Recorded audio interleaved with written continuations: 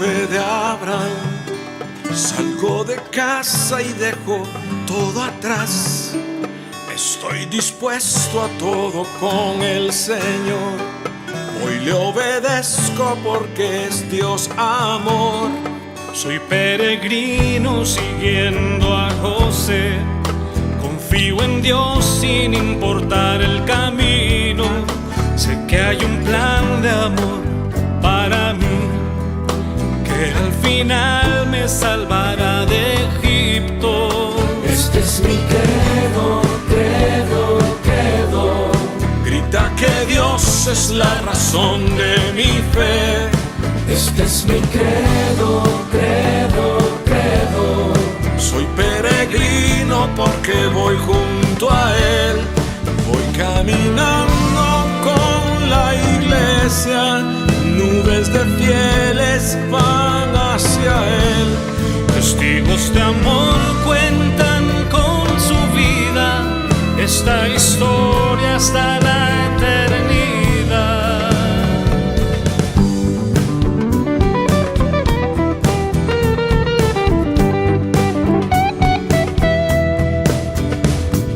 Credo, credo, credo.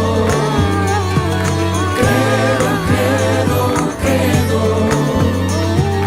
Credo, credo, credo. Soy peregrino con gente de a pie, santos sencillos que esparcen la fe. En Dios el Padre, en Jesús y el Espíritu, pueblo de Dios, iglesia peregrina. Este es mi credo, credo, credo. Grita que Dios es la razón de mi fe. Este es mi credo, credo, credo. Soy peregrino porque voy junto a Él. Voy caminando con la iglesia. Sé bien en quién creo con toda certeza. Unido al canto de María, los apóstoles proclamo la fe. Credo, credo, credo. Credo, credo, credo. Credo, credo, credo.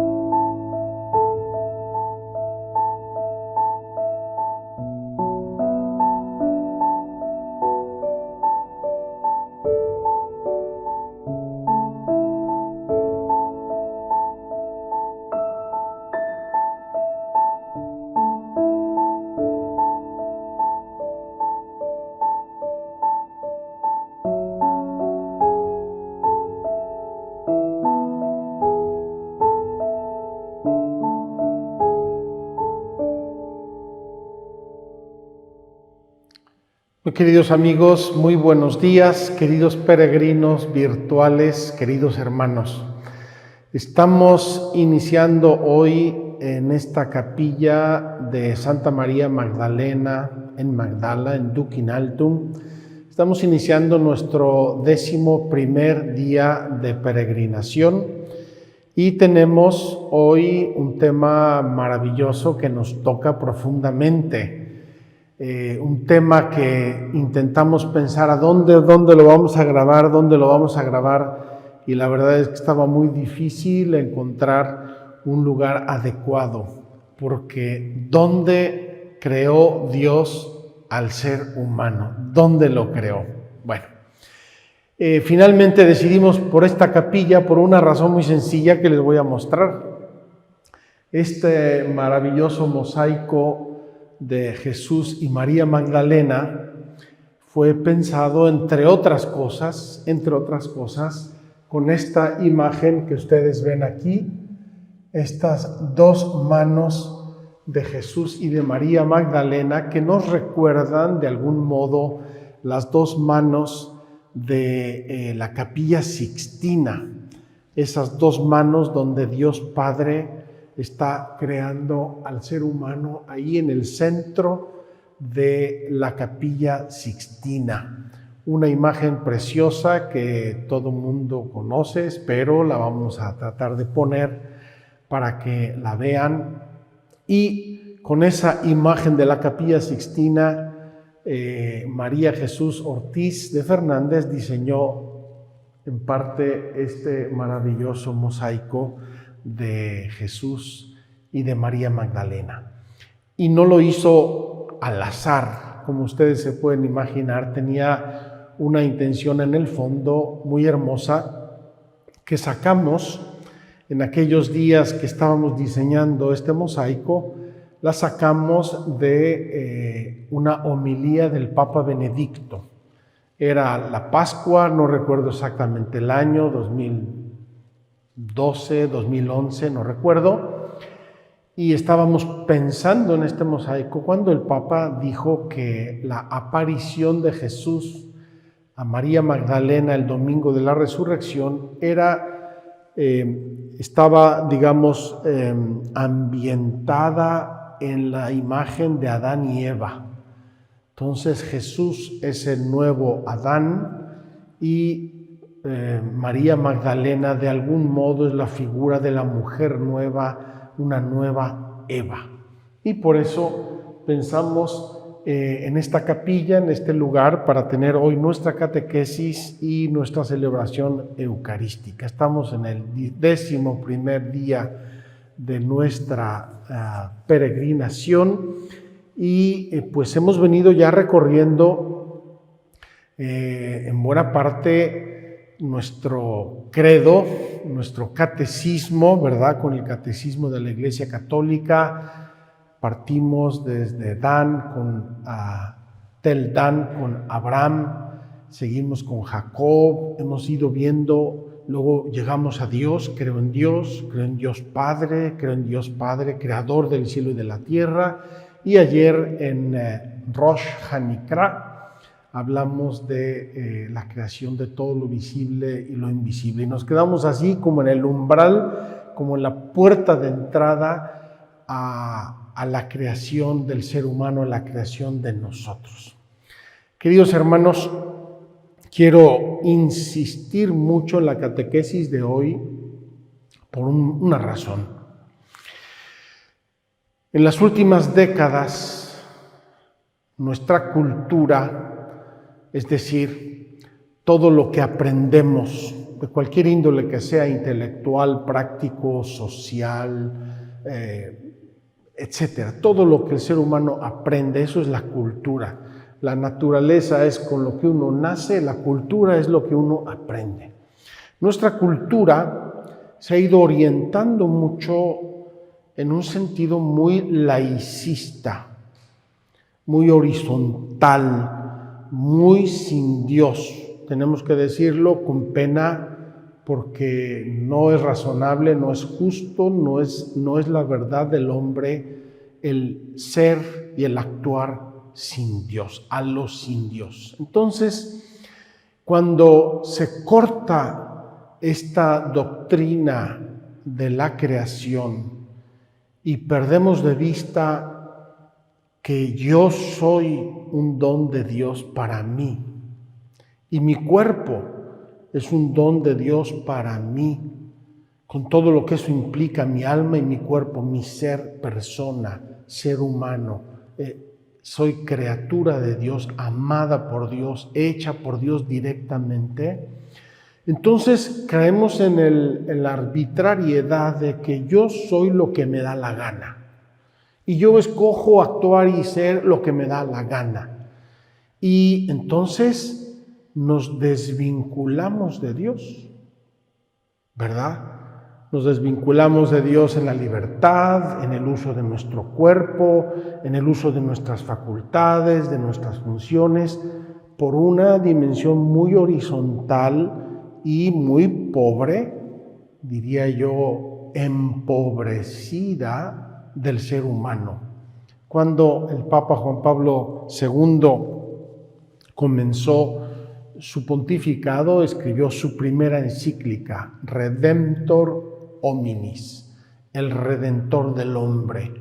Y ahí decía, iniciando con una frase del Concilio Vaticano II, decía el Papa que es solamente Jesucristo quien revela al hombre lo que es ser hombre. Estoy citando la frase un poco así de memoria. Solamente Jesucristo revela al ser humano lo que verdaderamente es. Entonces, quien busque en una cultura y en un horizonte secularizado, laicizado, apartado de Dios, ¿qué es el ser humano? Se pierde. Si no tenemos bien plantados los 4 puntos cardinales, queridos amigos, nos perdemos. Empezamos a dar vueltas y empezamos a deambular por el desierto y nos perdemos con el riesgo de perder nuestro ser, nuestro actuar, nuestra finalidad trascendente.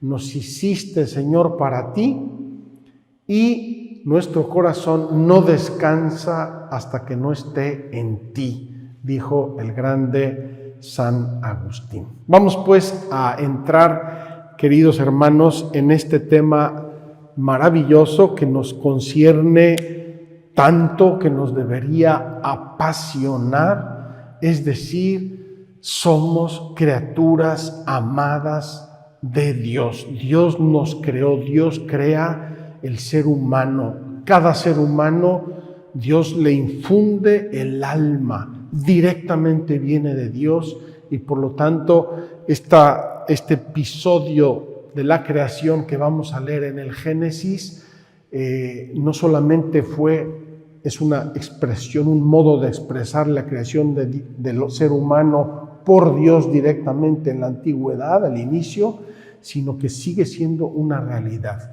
Los padres colaboran con Dios, los padres son procreadores con Dios, pero Dios nuestro Señor es el único creador de cada ser humano. Dios infunde el alma humana en el momento de nuestra concepción. Voy a retomar brevemente, queridos hermanos, el final del capítulo 1 del Génesis que leímos ayer al lado del mar. Y voy a leer luego el 2 capítulo del Génesis para introducir nuestras reflexiones hoy sobre la creación del ser humano. Dice así el capítulo 1 en el versículo 26. Y dijo Dios, hagamos al ser humano a nuestra imagen, como semejanza nuestra, y manden en los peces del mar y en las aves de los cielos, y en las bestias y en todas las alimañas terrestres y en todas las siepes que serpean por la tierra. Creó pues Dios al ser humano a imagen suya, A imagen de Dios le creó, macho y hembra los creó. Y bendíjolos Dios y díjoles Dios: sed fecundos y multiplicaos y henchid la tierra y sometedla. Mandad a los peces del mar y a las aves de los cielos y en todo animal que serpea sobre la tierra. Dijo Dios: ved que os he dado toda hierba de semilla que existe sobre la haz de la tierra, así como todo árbol que lleva fruto de semilla, para vosotros será de alimento. Y a todo animal terrestre, y a toda ave de los cielos, y a toda sierpe de sobre la tierra, animada de vida, toda la hierba verde les doy de alimento. Y así fue. Vio Dios cuanto había hecho, y todo estaba muy bien. Y atardeció y amaneció, día sexto. Concluyéronse pues los cielos y la tierra y todo su aparato, y dio por concluida Dios en el séptimo día la labor que había hecho, y cesó en el día séptimo de toda la labor que hiciera. Y bendijo Dios el día séptimo y lo santificó, porque en él cesó Dios de toda la obra creadora que Dios había hecho. Estos fueron los orígenes de los cielos y la tierra cuando fueron creados. El capítulo segundo que ya iniciamos continúa así en el versículo 4. La prueba de la libertad, el paraíso. La prueba de la libertad, el paraíso. Ayer mencionábamos que Dios había probado a los ángeles, que son seres inteligentes, que tienen voluntad, que son libres. Les había puesto una prueba no para hacerlos caer, sino para darles más amor y más premio. Y así Dios nuestro Señor va a probar al ser humano. El día que hizo Yahvé Dios la tierra y los cielos, no había aún en la tierra arbusto alguno del campo, y ninguna hierba del campo había germinado todavía, pues Yahvé Dios no había hecho llover sobre la tierra, ni había hombre que labrara el suelo. Pero un manantial brotaba de la tierra y regaba toda la superficie del suelo. Entonces Yahvé Dios formó al hombre con polvo del suelo e insufló en sus narices aliento de vida, y resultó el hombre un ser viviente. Luego plantó Yahvé Dios un jardín en Edén, al oriente, donde colocó al hombre que había formado. Yahvé Dios hizo brotar del suelo toda clase de árboles deleitosos a la vista y buenos para comer. En medio del jardín, el árbol de la vida y el árbol de la ciencia del bien y del mal. De Edén salía un río que regaba el jardín, y desde allí se repartía en 4 brazos.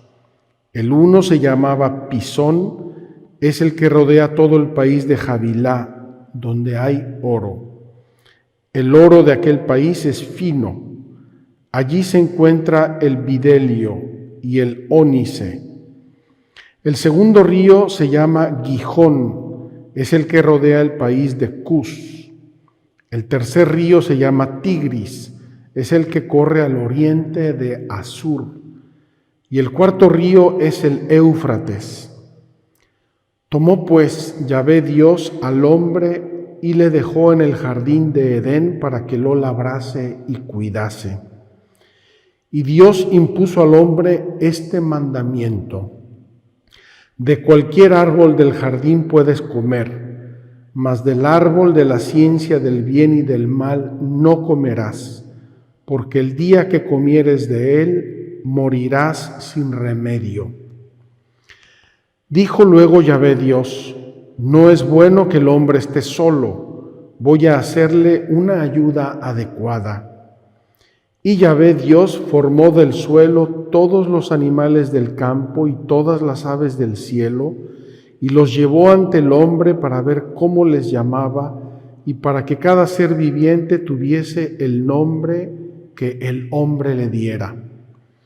El hombre puso nombres a todos los ganados, a las aves del cielo y a todos los animales del campo, mas para el hombre no encontró una ayuda adecuada.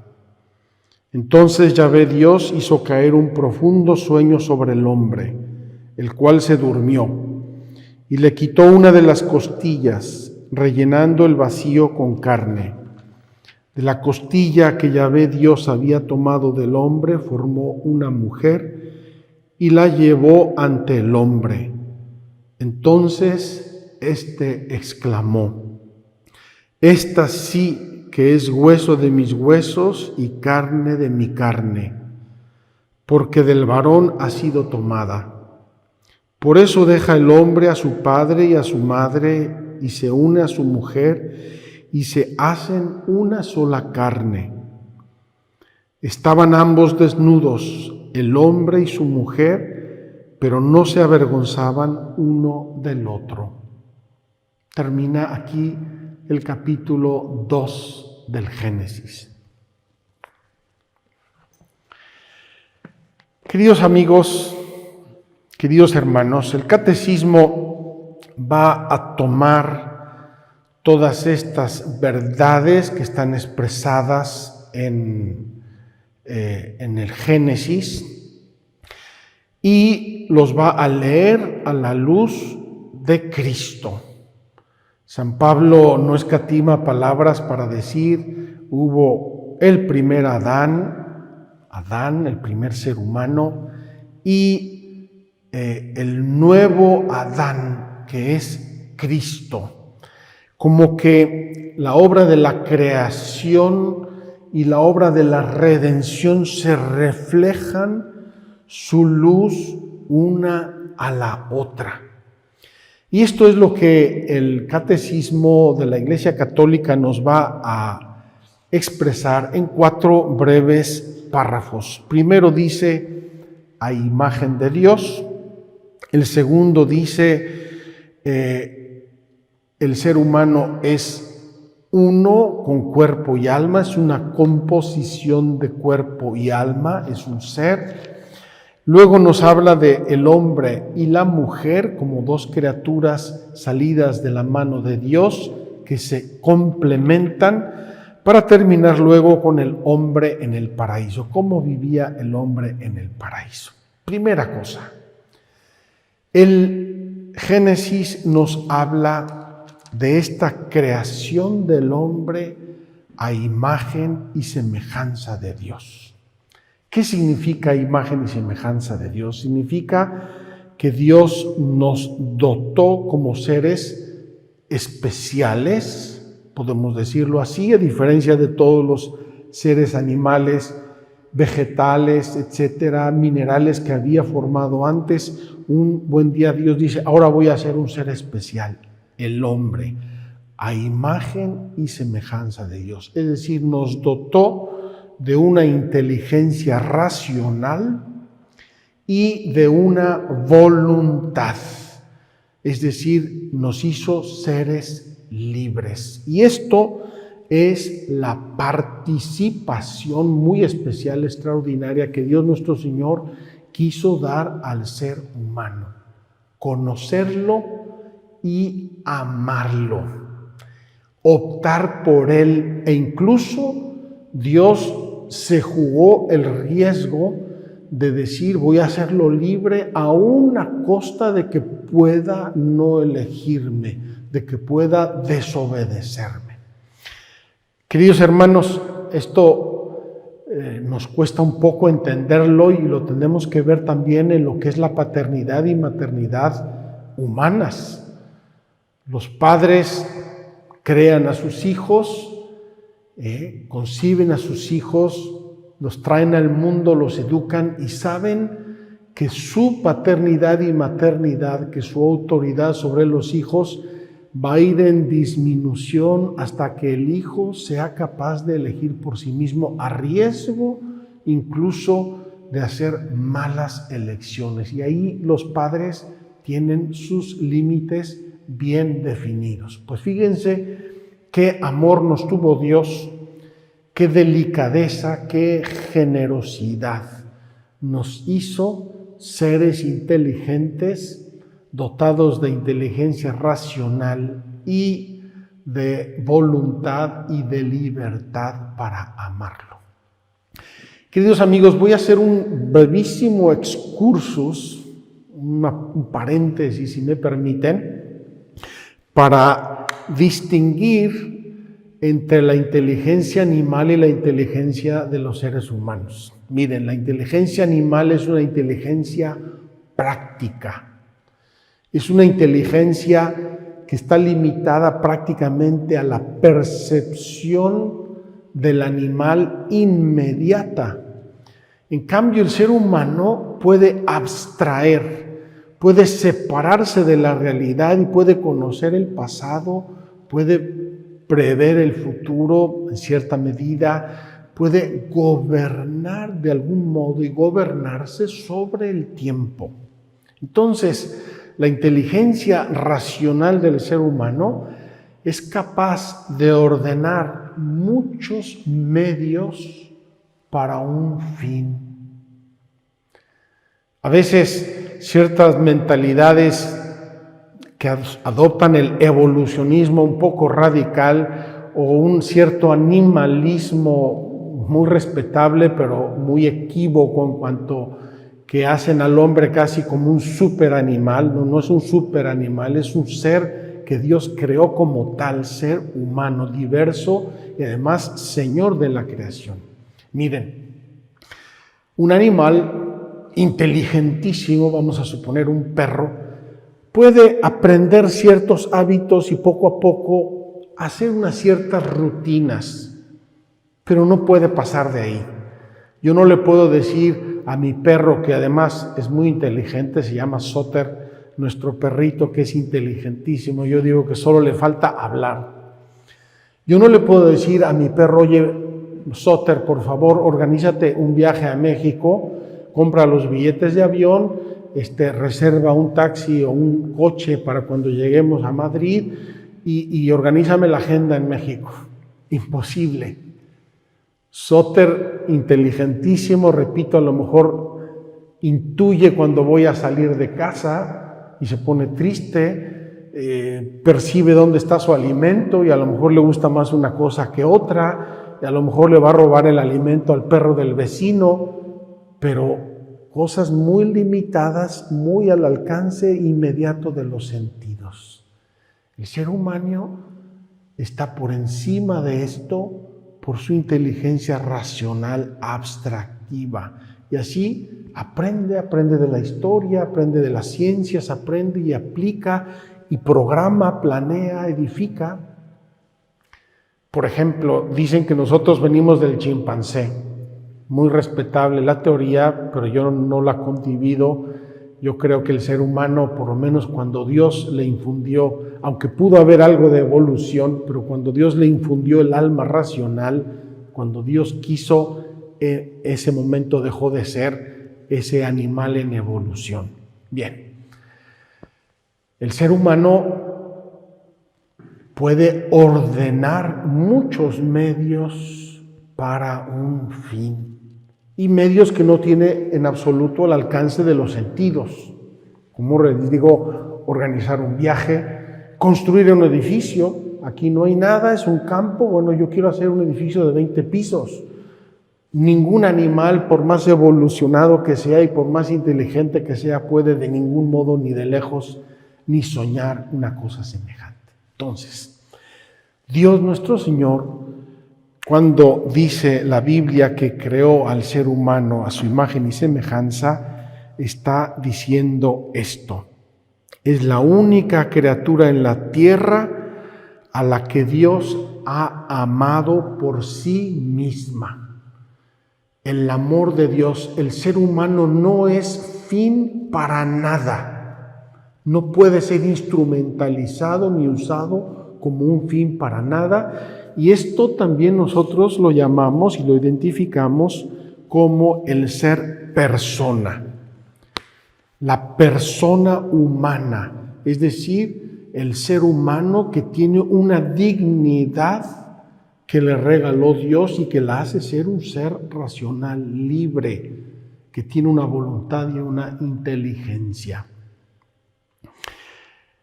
Esta dignidad de la persona, por ejemplo, es la base de todos los derechos humanos. Todos los derechos humanos están fundados en esa dignidad de la persona, imagen y semejanza de Dios.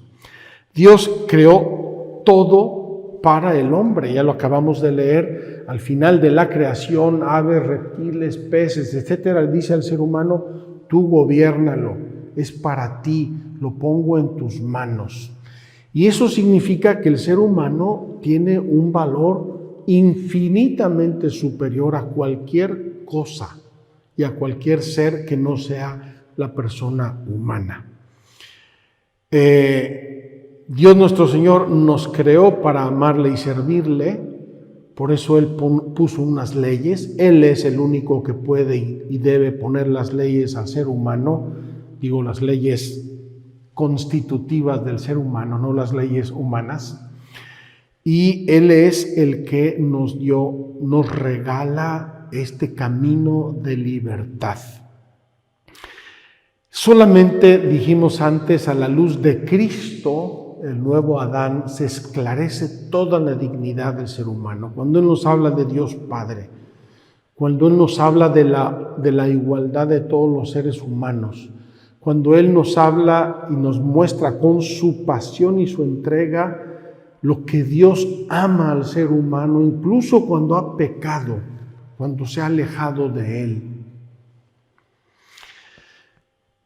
Y también la Escritura, la base de la Escritura nos dice que el ser humano de cualquier raza, de cualquier edad, de cualquier condición, en cualquier nivel de educación social, cultural, etcétera, tiene exactamente la misma dignidad. Somos el género humano. Cada ser humano forma parte de este género humano que Dios quiso por sí mismo. Dice así el Papa Pío XII. Quiero leer esta frase que me parece maravillosa. Maravillosa visión que nos hace contemplar el género humano en la unidad de su origen en Dios.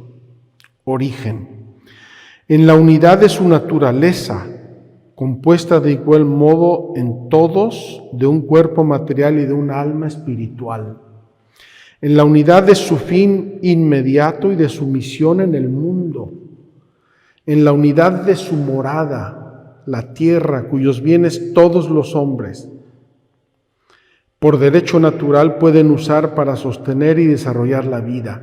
En la unidad de su fin sobrenatural, Dios mismo a quien todos deben tender. En la unidad de los medios para alcanzar este fin. En la unidad de su redención realizada por todos, para todos por Cristo.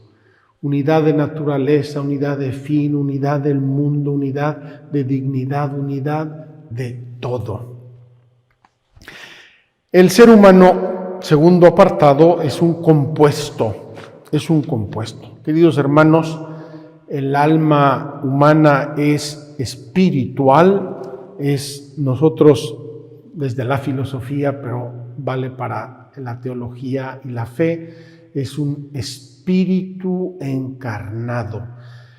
A veces en este sentido encarnado o cuerpo y alma o carne y espíritu, a veces como que nos puede confundir un poco y tomar el sentido muy en sentido de carne, de carnal. Pero es verdad, el ser humano tiene esta composición.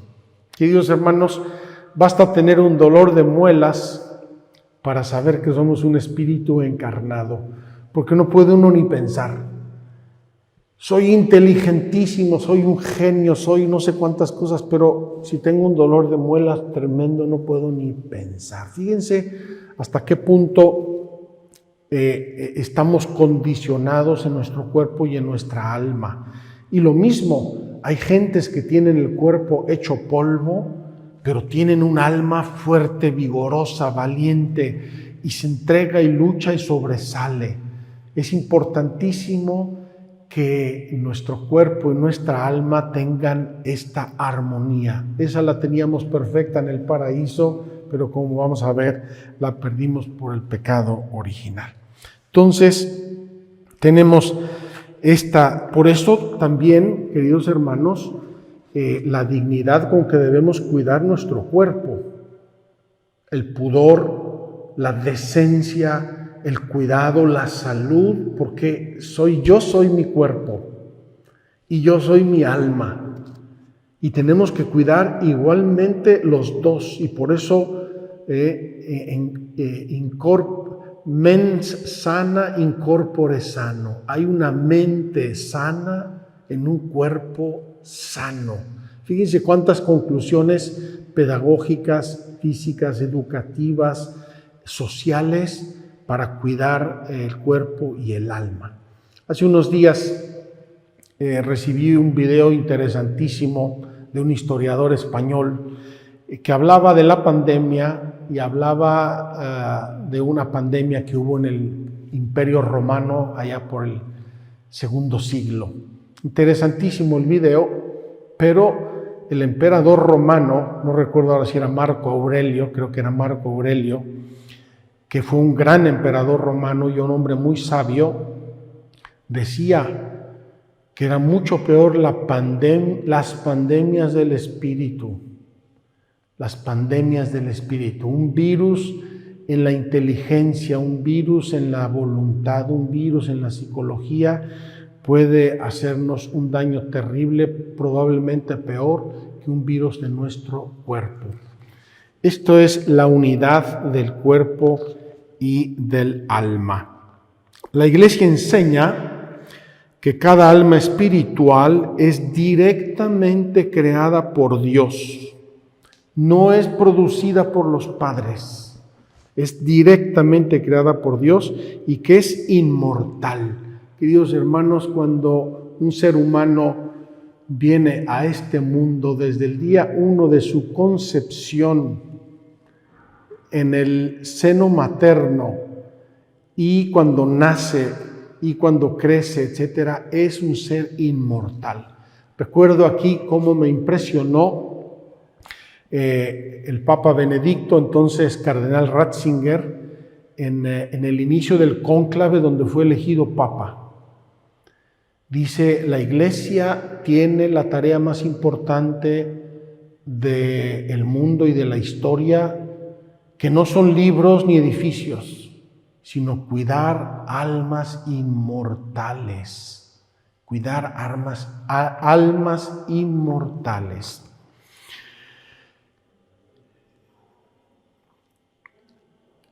Y por lo tanto, esta inmortalidad ya nos está abriendo y nos está preparando también para pensar en la eternidad. Queridos hermanos, cuando nosotros venimos al mundo y cuando ustedes, padres, traen una criatura a este mundo, no la traen solamente para esta vida, la traen para la eternidad. Qué importante pensar en la dignidad del ser humano, y esta dignidad que es un reflejo del amor de Dios creador. No solamente los padres, no solamente la casualidad, ¿verdad? Pues mira, ya quedó embarazada. No, somos seres amados por Dios, creados directamente cuando Dios infunde el alma humana en todos y cada uno de nosotros. En tercer lugar, Dios creó al hombre y a la mujer, y los creó, como dice aquí la Sagrada Escritura, para ayudarse. El hombre, es interesante, en hebreo, hombre, varón, se dice ish, mujer se dice isha, que sería literalmente varón y varona. No existe propiamente este término en castellano, pero sería varón y varona, lo cual subraya la identidad de dignidad, la paridad en derechos, en dignidad, en valor, etcétera, etcétera, etcétera. El ser humano hombre o mujer, tiene exactamente la misma dignidad delante de Dios y delante de la sociedad y delante de todo. Entonces, en primer lugar, el Catecismo de la Iglesia afirma esta dignidad exacta. No hay de ningún modo una diferencia. Dice, aquí leo una cita de la Biblia: Dios no es en modo alguno a imagen del hombre. No es ni hombre ni mujer. Dios es espíritu puro, en el cual no hay lugar para la diferencia de sexos. Pero las perfecciones del hombre y de la mujer reflejan algo de la infinita perfección de Dios. Las de una madre, las de un padre y esposo. Ahí vemos al ser humano sexuado, y todos nacemos con un sexo o con otro, no hay para dónde correr, y todos con la mismísima dignidad. Y Dios los crea el uno para el otro. Queridos hermanos, es esta complementariedad. Algunos piensan el ser humano es incompleto, es imperfecto, solamente se perfecciona. No, el ser humano es criatura de Dios y es perfecta, así sale de la mano creadora amorosa de Dios, pero se complementan. El ser humano están hechos el uno para el otro. No que Dios los haya hecho a medias o incompletos, los ha creado para una comunión de personas. Y esta comunión entre las personas comienza o es un reflejo de la comunión que existe en las tres personas divinas. Queridos hermanos, la comunión es un regalo, es un don, es la realización más plena que puede existir en el ser humano, porque esa comunión en definitiva lleva incluida la vocación al amor. Por eso Adán se va a volver loco y dice: esta sí que es carne de mi carne y huesos de mis huesos. Es la primera expresión en la Biblia de esta comunión, de este amor que existe entre los seres humanos. Los ha creado para una comunión de personas en las que cada uno puede ser ayuda para el otro, porque son a la vez iguales en cuanto personas, hueso de mis huesos, complementarios en cuanto masculino y femenino. En el matrimonio, Dios los une de manera que, formando una sola carne, dice el Génesis, puedan transmitir la vida humana. Sed fecundos y multiplicaos y llenad la tierra. Queridos hermanos, lo dice la Biblia desde la página número 1. No quiero entrar ahora en temas de moral porque estamos en temas de fe, pero aquí tendríamos que hacer una serie de consideraciones humanas sobre el uso o abuso de la sexualidad. ¿Para qué la creó Dios? ¿Qué estaba pensando Dios cuando nos hizo varón y mujer? ¿Qué es lo que quería y qué es lo que nos manda? ¿Qué es lo que espera Dios? Que además es el camino de la plena realización y madurez de la persona humana. Eso lo veremos, si Dios quiere, en otra peregrinación en que hablemos más de la moral, de los mandamientos de la ley de Dios. En el plan de Dios, queridos amigos, el someter la tierra, es decir, el vivir en este mundo, usar adecuadamente el mundo, llevarlo a su perfección para bien del ser humano y a través del ser humano para gloria de Dios, es una tarea que Dios da al varón y a la mujer.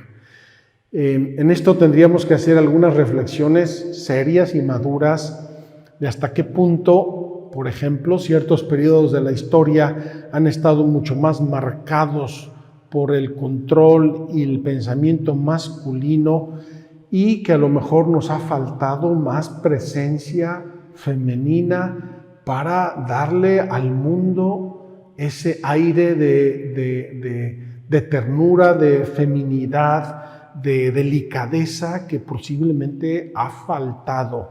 Y aquí tendríamos que hacer una reflexión mucho más profunda sobre la complementariedad y si la hemos vivido y si no la hemos vivido y qué más podemos hacer para vivirla.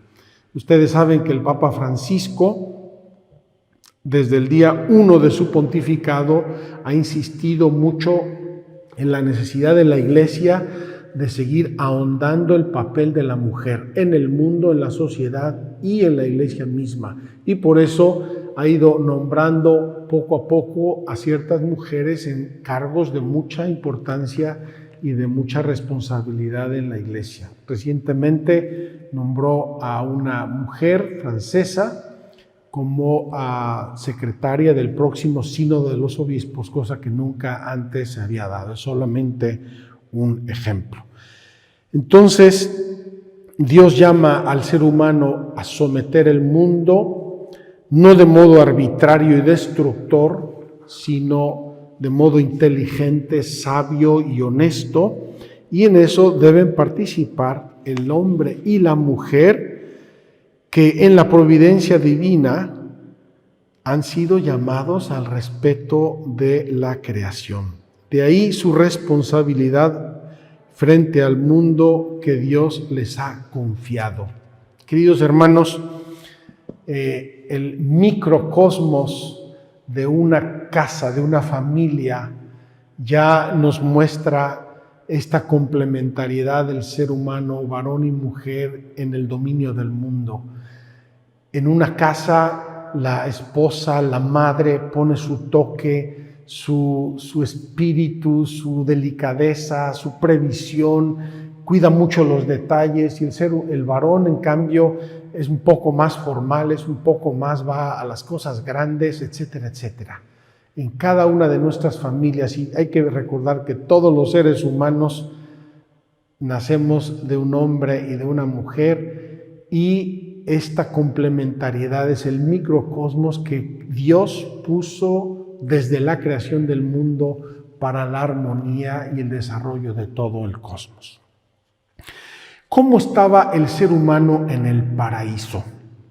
Queridos hermanos, el ser humano en el paraíso gozaba en primer lugar del amor y de la presencia de Dios. Vamos a ver cómo éramos antes del pecado original, queridos amigos, y el catecismo es muy claro, es muy explícito. Lo tenemos que pensar con tristeza, con nostalgia, porque el pecado introdujo muchas cosas negativas en la humanidad y en la historia. Dice así otro catecismo que tengo aquí en mi mano, que se llama el Católico. Dios había concedido a los seres humanos sus dones naturales, preternaturales y sobrenaturales. Queridos hermanos, esa maravilla que el Evangelio, que la Sagrada Escritura nos presenta del hombre que hablaba con Dios, que tenía toda la naturaleza, que no sufría, que no tenía pecado, que no sentía vergüenza uno del otro, era el estado que Dios quería y había previsto para nosotros y que perdimos por el pecado original. Eso lo vamos a ver mañana. ¿Cuáles son los dones naturales? Los dones naturales, el cuerpo y el alma con sus propias facultades. El cuerpo y el alma con sus propias facultades. En el paraíso, Adán y Eva tenían su cuerpo y su alma como nosotros con sus facultades. Los dones preternaturales eran esas cualidades que perfeccionaban los bienes naturales, es decir, cuerpo, alma y facultades.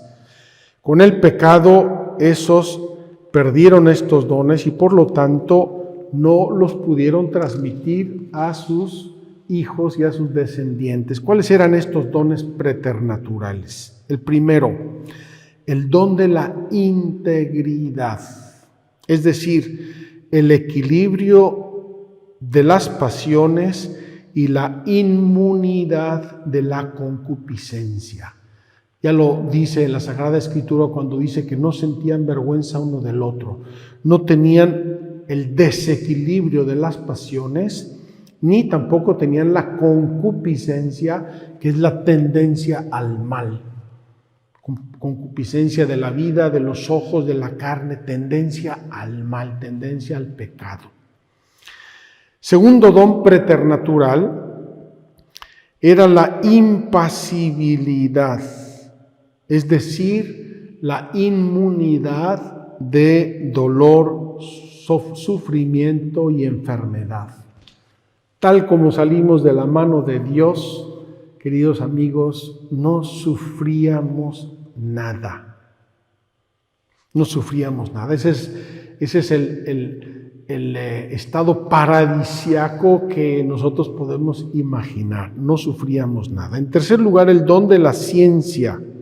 Es decir, teníamos un conocimiento infuso de Dios y de las verdades naturales y sobrenaturales. Lo dice el Génesis cuando dice que Adán y Eva conversaban con Dios, lo conocían, tenían un conocimiento infuso, regalado, tenían su mente abierta a Dios como Dios es. Finalmente tenían el don de la inmortalidad. Fue el pecado el que introdujo la muerte en el ser humano, el pecado. Por eso, antes del pecado original, los hombres, como habían salido de la mano amorosa de Dios, tenían la inmortalidad. Y los dones sobrenaturales, que eran la gracia, eran hijos adoptivos de Dios, gozaban de la gracia santificante y con la gracia las virtudes y los dones. Tenían una participación hermosa y santa de la vida de Dios. Queridos hermanos, quiero terminar con una anécdota que me pasó el verano pasado. El verano pasado, ahí por el mes de agosto, finales de agosto, una noche estábamos aquí a orilla del mar de Galilea viendo el surgir de la luna llena. Un momento verdaderamente de cielo. El clima, la tarde, la brisa, la noche y este surgir de la luna gigante, rojiza, preciosa y que se empezó a reflejar en el mar de Galilea y estábamos espontáneamente, acabamos todos en silencio contemplando toda esa belleza, ese momento para mí inolvidable. Y me acerqué a algunos de nuestros voluntarios y voluntarias que estaban aquí y les dije, ¿les gusta esto? Sí, está increíble, maravilloso. Les dije, miren, cada uno de nosotros somos infinitamente más bellos que este panorama y esta luna que estamos contemplando. Alguno de estos voluntarios luego me confesó que esa reflexión que yo les hice nunca la había pensado y que le ayudó enormemente a sentirse hija amada de Dios. Por primera vez quizá en su vida había pensado cuánto amor había puesto Dios en crear la persona humana. Queridos amigos, queridos hermanos, esta maravillosa realidad de sentirnos criaturas de Dios, somos criaturas de Dios, cada ser humano recibe de Dios su alma directamente de Dios.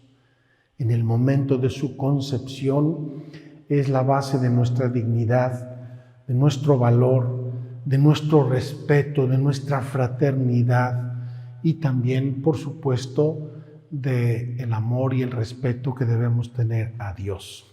Aquí aflora una vez más esta pregunta del catecismo, que antes era la pregunta número 1 y que a mí me gusta mucho recordar y me la recuerdo a mí siempre. ¿Para qué creó Dios al hombre? Todo lo que acabamos de decir el día de hoy. ¿Para qué? ¿Para qué? Dios creó al hombre para amarle y servirle en esta vida y después gozar de Él en la eterna. Queridos hermanos, al contemplar la obra de la creación y la culminación de la creación con la creación del ser humano, nuestra creación, la mía, tenemos que pensar que Dios me creó para Él, amarle y servirle, y para que después goce de Él en el cielo, esa eternidad divina, amorosa, ese ver a Dios tal cual es, que seguramente será mucho mejor de lo que nosotros podemos pensar y conocer y saber del paraíso terrenal. Dios nos creó para sí, somos sus hijos amadísimos. Cristo mismo aquí con esa mano está recordándonos la creación, está recordándonos la recreación, la redención, y también nos está señalando el amor que Dios nos tiene a todos y cada uno de nosotros. Vamos a reflexionar esta verdad unos minutos. Yo les invito y les voy a acercar la cámara para que vean esta imagen de estas manos, esta mano de Jesucristo, verdadero Dios y verdadero hombre, y que pensemos que un día así Dios me señaló y me creó por su amor, por su predilección, por su benevolencia. Que Dios los bendiga.